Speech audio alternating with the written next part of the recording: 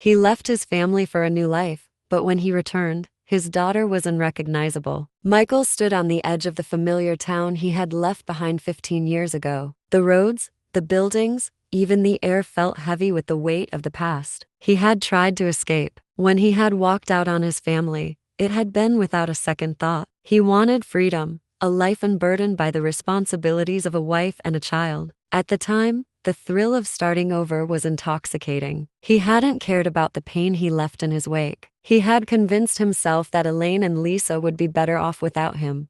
Hello, my friend. I'm Goldie, and welcome to Goldie's Love Stories. I hope you enjoy today's journey as much as I've enjoyed crafting it for you, inspired by real stories and life's twists and turns. But time had a way of dulling the excitement he chased. The years passed, and everything he thought he wanted slipped through his fingers. Failed relationships, financial struggles, and an emptiness he couldn't quite place followed him wherever he went. Now, in the quiet of his regrets, Michael realized that what he had truly been running from wasn't his family but himself. His mistakes haunted him, and the guilt gnawed at him day after day. Returning was never part of the plan, but he couldn't shake the thought of Elaine and Lisa. What had become of them? Did they hate him? Had they moved on, built lives that didn't include the memory of the man who had deserted them? The questions circled in his mind, relentless. He needed answers, and more than that, he needed redemption. As Michael pulled into the old neighborhood, the sight of the house he had once called home made his stomach turn. The lawn was neatly kept, the flowers in the garden bright and thriving. It was the kind of place that looked warm and welcoming, a stark contrast to the chaos swirling inside him. He hesitated for a moment, sitting in the car, unsure if he could face what waited inside. What if Elaine slammed the door in his face? What if Lisa wasn't even there anymore? Taking a deep breath, Michael stepped out and walked up to the door. The wood was worn, but familiar, the knocker the same brass one he had once admired. His hand hovered for a moment before he knocked, the sound echoing through the quiet neighborhood. The door opened slowly, and there stood Elaine. For a moment, the world seemed to stand still. She hadn't aged much. Her hair was a little grayer, her eyes a little harder, but she was still the woman he had left all those years ago. But there was no warmth in her expression. Her lips tightened, and the tension between them was palpable. "Michael," she said, her voice flat, devoid of surprise. It was clear she had long since stopped expecting anything from him. Michael started, but the words caught in his throat. What could he possibly say that would make up for abandoning them? "I came to see Lisa," he finally managed, his voice barely a whisper. Elaine's expression hardened further. "Lisa isn't here." The coldness of her tone cut through him like a knife. "Where is she?" For a moment, Elaine didn't answer. She stared at him, as though deciding whether or not to even bother telling him. "You really have no idea, do you?" Michael felt a pang of guilt twist in his gut. "No, I don't." Elaine shook her head slowly. "She's gone, Michael. She's been gone for a while now. She left, ran away." Her voice cracked, betraying the pain she tried so hard to keep buried. "And I don't know where she is anymore." Michael's heart dropped. Lisa was gone. His little girl, the one he had left without a second thought, was out there somewhere, lost in a world that had clearly chewed her up and spit her out. The realization hit him like a sledgehammer. He had done this. His absence, his selfishness, had driven her away. What could have happened to her? He was extremely worried. The mere thought of what she might have gone through left him gasping for breath. Had she fallen into bad company? Drugs? Maybe worse. He pictured her alone, scared, wandering through the streets, invisible to the world, but painfully visible to his conscience. Elaine turned away, leaving Michael standing in the doorway, feeling the full weight of his choices. Lisa wasn't the child he remembered. The world had changed her, just as it had changed him. And now, he had to find her. Michael barely heard the door shut behind him as he stood on the front steps, the weight of Elaine's words pressing down on his chest. Lisa was gone, had been for who knows how long. He had imagined so many different scenarios in his head, but none had prepared him for this. His daughter, the little girl who used to cling to his leg and beg him to stay, had run away. He swallowed hard, forcing himself to take a step forward, then another, until he was back at his car. His mind raced with questions, but one thought rose above the rest. Where was Lisa now? He drove around the old neighborhood, his thoughts racing. The streets looked the same, but the life he had left behind had changed entirely. A wave of regret washed over him as he passed the park where he had once pushed Lisa on the swings. Her laughter had filled the air back then, so innocent, so full of joy. Now, she was somewhere he couldn't reach, caught in a world he barely understood. Pulling up to a familiar diner, Michael stepped inside, hoping for answers. It was the kind of place where everyone knew each other's business. If Lisa had passed through, someone would know. He scanned the room, recognizing a few faces, though they were older now, wearier. He ordered a coffee and sat at the counter, listening to the low hum of conversation around him, hoping to overhear a familiar name. As he nursed his coffee, he caught the eye of the waitress. She approached him cautiously, her expression sympathetic, as if she already knew why he was there. Michael explained that he was looking for Lisa. Her face tightened, and she hesitated before speaking, confirming his worst fears. Lisa had been seen with a rough crowd, drifters, addicts, people who lived on the edges of society, far from the life she had once known. Michael felt a deep sense of dread settle in his gut. He thanked the waitress and left, her words echoing in his mind. Down by the river was all he had to go on, but it was enough. He got back into his car, gripping the steering wheel until his knuckles turned white. The sun was setting, casting long shadows over the town as he drove toward the river. The landscape grew bleaker the closer he got, the streets lined with crumbling buildings and broken streetlights. The riverbank was a world away from the neatly kept neighborhood he had left behind. Makeshift shelters lined the water's edge, tents and tarps flapping in the cold wind. People drifted between them, faces hidden in shadow, bodies hunched against the chill of the evening. This was where Lisa had ended up, this wasteland of lost souls and forgotten dreams. Michael's heart sank further with each step as he walked along the dirt path. He scanned the faces, looking for any sign of his daughter. He didn't know what she looked like anymore, had no idea how much she had changed since he had left. His mind raced with possibilities, each one worse than the last. Would she even recognize him? Would she want to? The thought gnawed at him, but he pushed it aside. He had come this far, and he wasn't leaving without finding her. As he made his way deeper into the camp,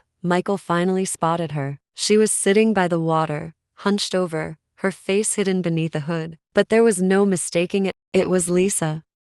His heart pounded in his chest as he approached, his footsteps hesitant but determined. She didn't look up, didn't move as he got closer. She was thinner than he remembered, her clothes ragged and stained, her skin pale and gaunt. The once bright eyes that had sparkled with laughter now looked hollow and empty. Michael stood there, frozen, unsure of what to say. There was so much he wanted to tell her, so much he needed to explain, but the words felt stuck in his throat, and he could feel the weight of her pain pressing down on him like a physical force. This was my fault, he thought, the guilt consuming him. He had left her when she needed him most, and now, she was lost in a world he couldn't save her from. Without a word, Michael turned and left, his heart breaking. He knew that finding Lisa was only the beginning. The road ahead would be long and difficult, and he didn't know if he had the strength to help her, or if she would even let him try. Determined not to give up, Michael returned the next day. He came back every day after that,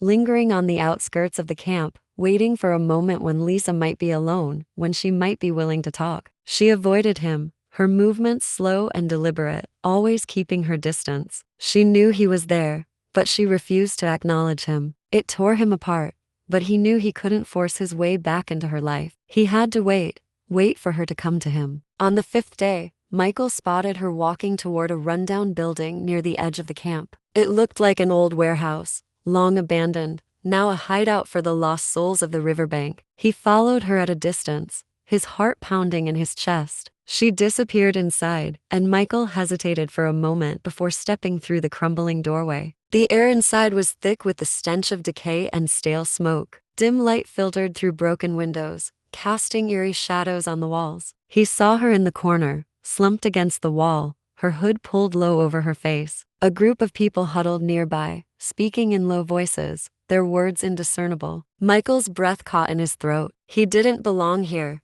but neither did she. He moved toward her, careful not to draw attention from the others. His footsteps were soft, but she must have sensed him. She lifted her head slightly, just enough to see him through the shadows. For a moment, their eyes met, and Michael saw a flash of something. Recognition, perhaps, or maybe just the remnants of a long-buried connection. But then it was gone, and she turned her face away, as if pretending he didn't exist. Michael's heart broke all over again. He stood there, unsure of what to do. He couldn't leave her again, but she wouldn't let him get close. The silence between them was suffocating, filled with all the things they hadn't said over the years. He had no right to force himself into her life now, but the thought of leaving her here, in this dark, empty place, was unbearable. Without speaking, Michael placed a small, crumpled note next to her. It wasn't much, just a few lines he had scrawled the night before, unsure if he'd ever have the chance to give it to her. He didn't stay to see if she picked it up. He turned and left the building,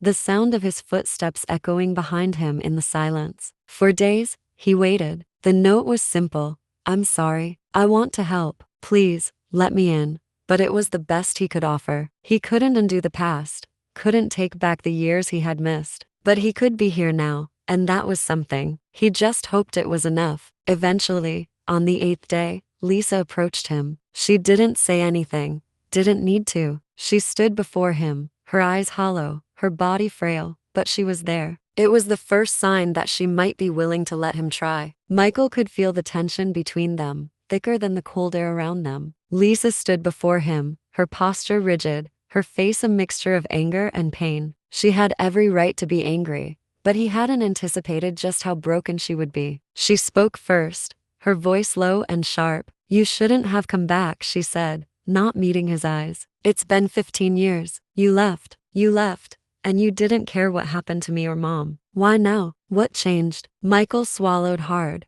the guilt rising in his throat. He had rehearsed this moment 1,000 times in his head, but no words seemed right now. I know I made mistakes, he said, his voice barely above a whisper. But I couldn't stay away any longer, Lisa. I've been haunted by what I did. I thought you were better off without me, but I was wrong. I'm sorry. I came back because I want to fix things. I want to be here for you, even if it's too late. Lisa let out a bitter laugh, shaking her head. Fix things? She repeated. How do you fix something that's already broken? You don't even know me anymore, and you think you can just swoop in and save the day. I'm not some little girl waiting for her dad to come home. I've been through hell, and you were nowhere to be found. Michael felt his heart shatter with every word she said. He took a deep breath, steadying himself. You're right, he admitted, his voice heavy with regret. I don't know you anymore, and I can't change what I did. But I'm here now, Lisa. I want to help you. I can see you're hurting, and it's my fault. Let me do something. Let me make it right. Lisa's eyes flashed with fury as she finally met his gaze, her voice trembling with emotion. Make it right? She said through gritted teeth. You don't get to do that. You don't get to walk away and come back when it's convenient for you. Do you even know what it's like? What it's like to feel abandoned by the one person who's supposed to protect you. I was just a kid, and you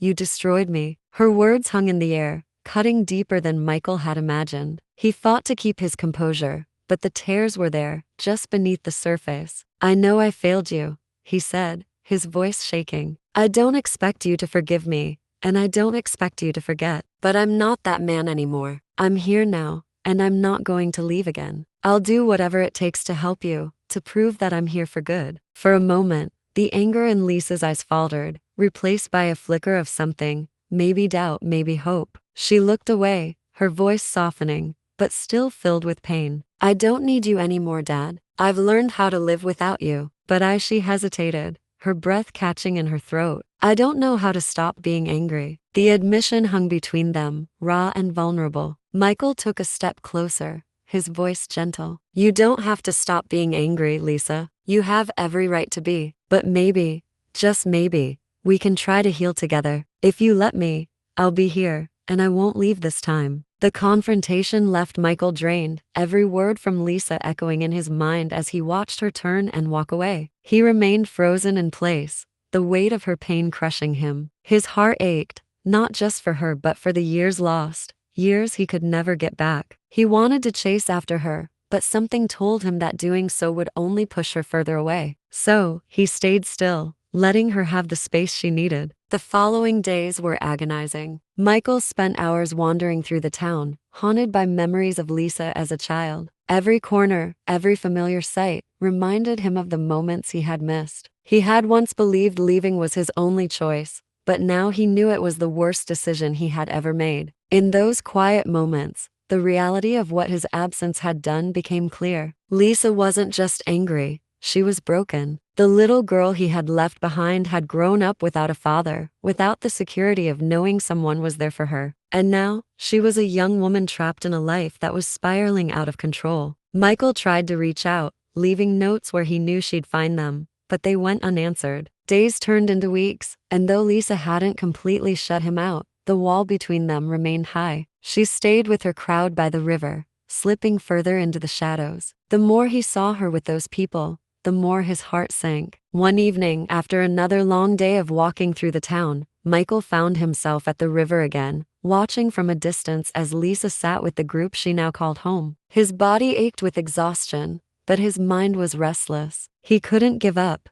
Not now, not after everything. But he also couldn't force his way back into her life. He had to wait, as agonizing as it was. And then, it happened. Lisa stood up, walking away from the group, her movements slow and deliberate. She didn't look back, but she walked toward him, her figure illuminated by the fading light. Michael held his breath as she approached, unsure of what to say. He wanted to reach out, to tell her how much he loved her, how sorry he was, but he knew better than to rush it. She stopped a few feet away, her eyes still guarded, but the anger had dimmed. For the first time in what felt like forever, she wasn't running. She wasn't hiding behind the bitterness. Instead, she stood there, a fragile, vulnerable person, the hurt still raw but no longer burning as brightly. Michael kept his voice soft, barely above a whisper. Lisa, I'm not going anywhere. I'm going to be here, whether you're ready to talk or not. She didn't respond. She didn't need to. The fact that she had come to him was enough. For now, over the next few weeks, Michael stayed close, but always at a distance. He didn't push Lisa,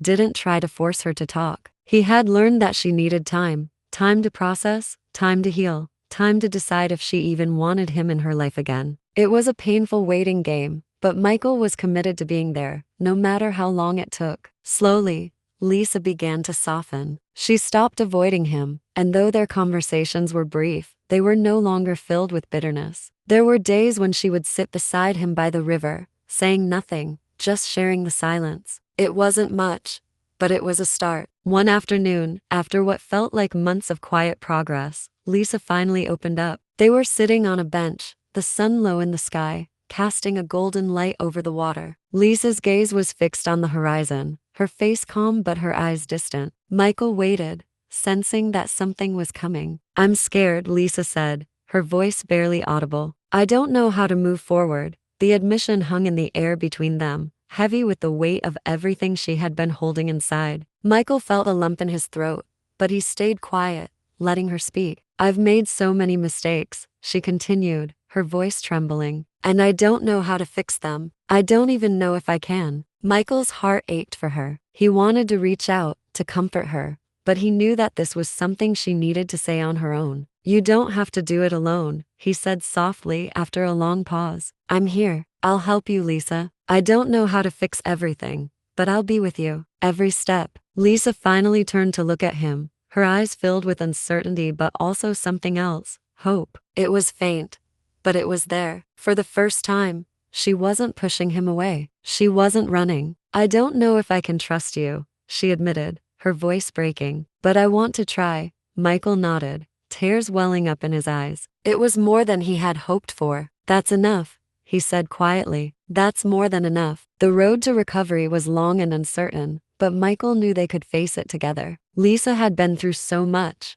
too much for someone her age, but she wasn't alone anymore. Michael wouldn't let her be alone again. For the first time in years, he felt a sense of purpose, a sense of hope that maybe, just maybe, they could rebuild what had been lost. As the sun dipped below the horizon, casting the world in shades of pink and gold, Lisa stood up and took a step toward him. It was a small gesture, but it was everything. She was giving him a chance to be the father he should have been from the start. Together, they began walking away from the river, side by side. The journey ahead would be long, but for the first time in years, they were facing it together. Thanks for watching. How would you rate this story? Give it 1 to 5 stars in the comments and let me know what you thought. This is a brand new channel, and your support means the world to me. If you enjoyed the story, Please consider subscribing and turning on notifications so you never miss an episode. Your likes, comments, and shares help this community grow, and I'd be so grateful to have you along for the journey. See you next time.